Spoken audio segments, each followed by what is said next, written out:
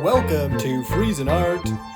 Today I'm showing you how to make an old school tag digitally and put it on a wall so that it looks real, so that it looks like it fits in.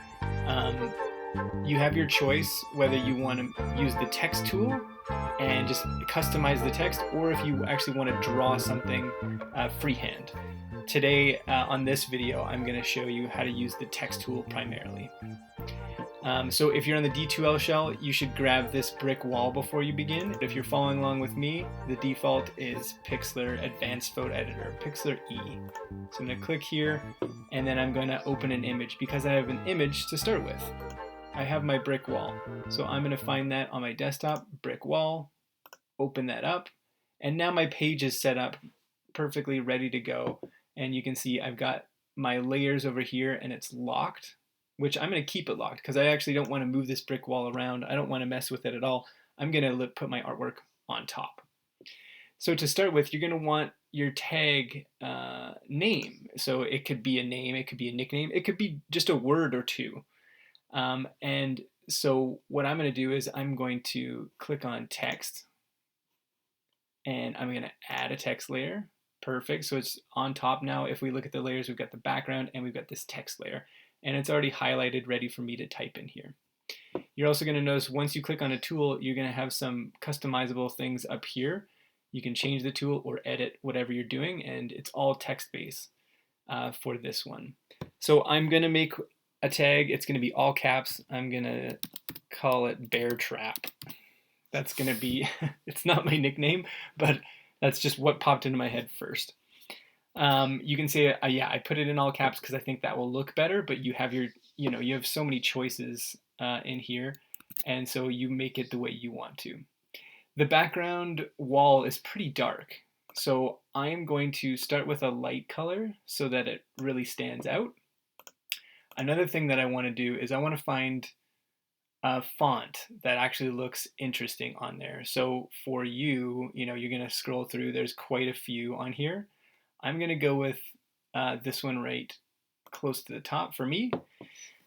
And so this is a good start. It's popping out. It's got a cool font that I enjoy, but the size is way too small, right? We want to be able to see this. If you're putting up a tag, you should probably have it large. So let's do that. I'm going to click on size. I'm going to go up, and I think that's taking up most of the space. I think that looks cool. That looks good. Now, another thing we can see here is art styles. So we've got styles, and this allows us to do things to the text that we've got highlighted. And I know curve is interesting. So if I slide that button on, then I get this. So I can make an arc, which is like an arc goes like this, up, down, and up. A circle, you can actually put it in a circle, and then half is another thing entirely. But I'm going to go with arc. You can play around with these. Look at how sad it gets. It starts to droop, but that's okay. I think it looks good, fantastic. So I'm just gonna leave that.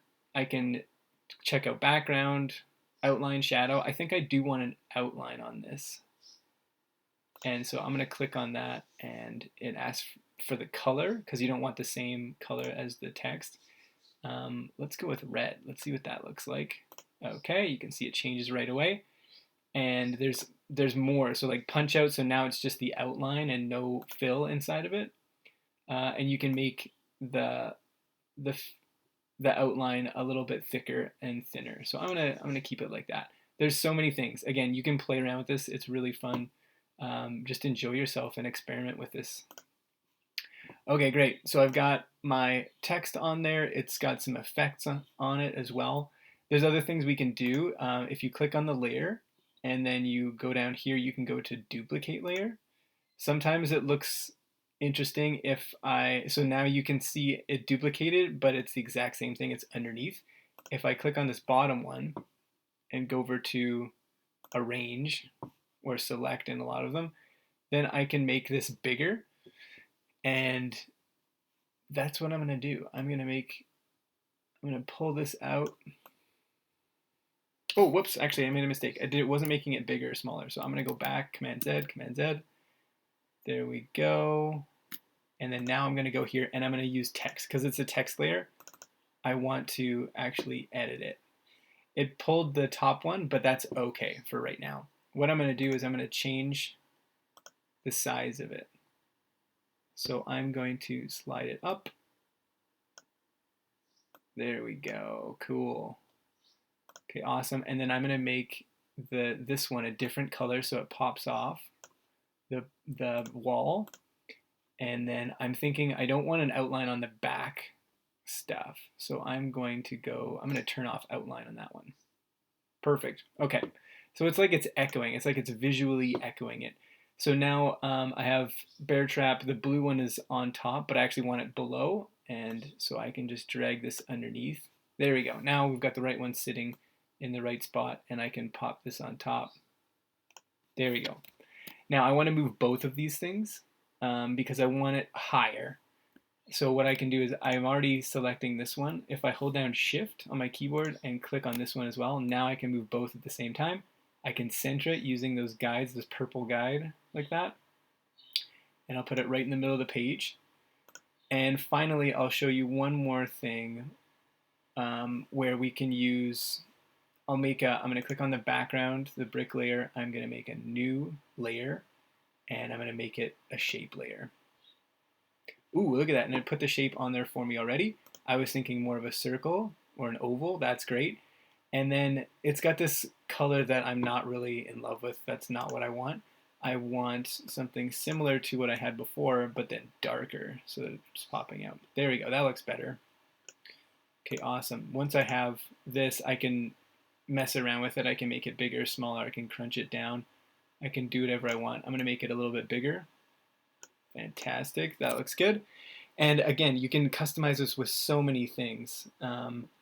So have some fun with it. The last thing I'll show you is everything looks kind of flat right now. It's not fitting in with the brick. You can't see the texture of the brick. So finally, the last thing I'll show you is if I go to my shape and I right click on that layer, there's this slider called opacity. And so this is fully opaque when you can't see, and then it goes to transparent. So you can see it's really see a little bit of the brick below so that it looks like it's actually on the wall, and we can fool people's eyes just into seeing that. And you can also do it with the text as well if you want to. So there we go. There's a level 3 graffiti tag, and I encourage you to take it even further, especially if you've got the time. See what you can do with copy and paste and some of these other things. There's blur, there's a bunch of tools that you can use, and if you're interested in those, play around because you can always go back with Command Z. All right, awesome. Good luck on the project.